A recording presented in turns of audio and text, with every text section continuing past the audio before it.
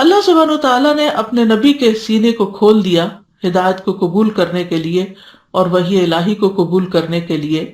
فرمایا الم نشرح لک صدرک، کیا ہم نے آپ کے لیے آپ کا سینہ کھول نہیں دیا؟ یقیناً کھول دیا. اور جس کا سینہ کھل جائے اسے رب کی طرف سے ایک نور عطا ہوتا ہے، ہدایت عطا ہوتی ہے.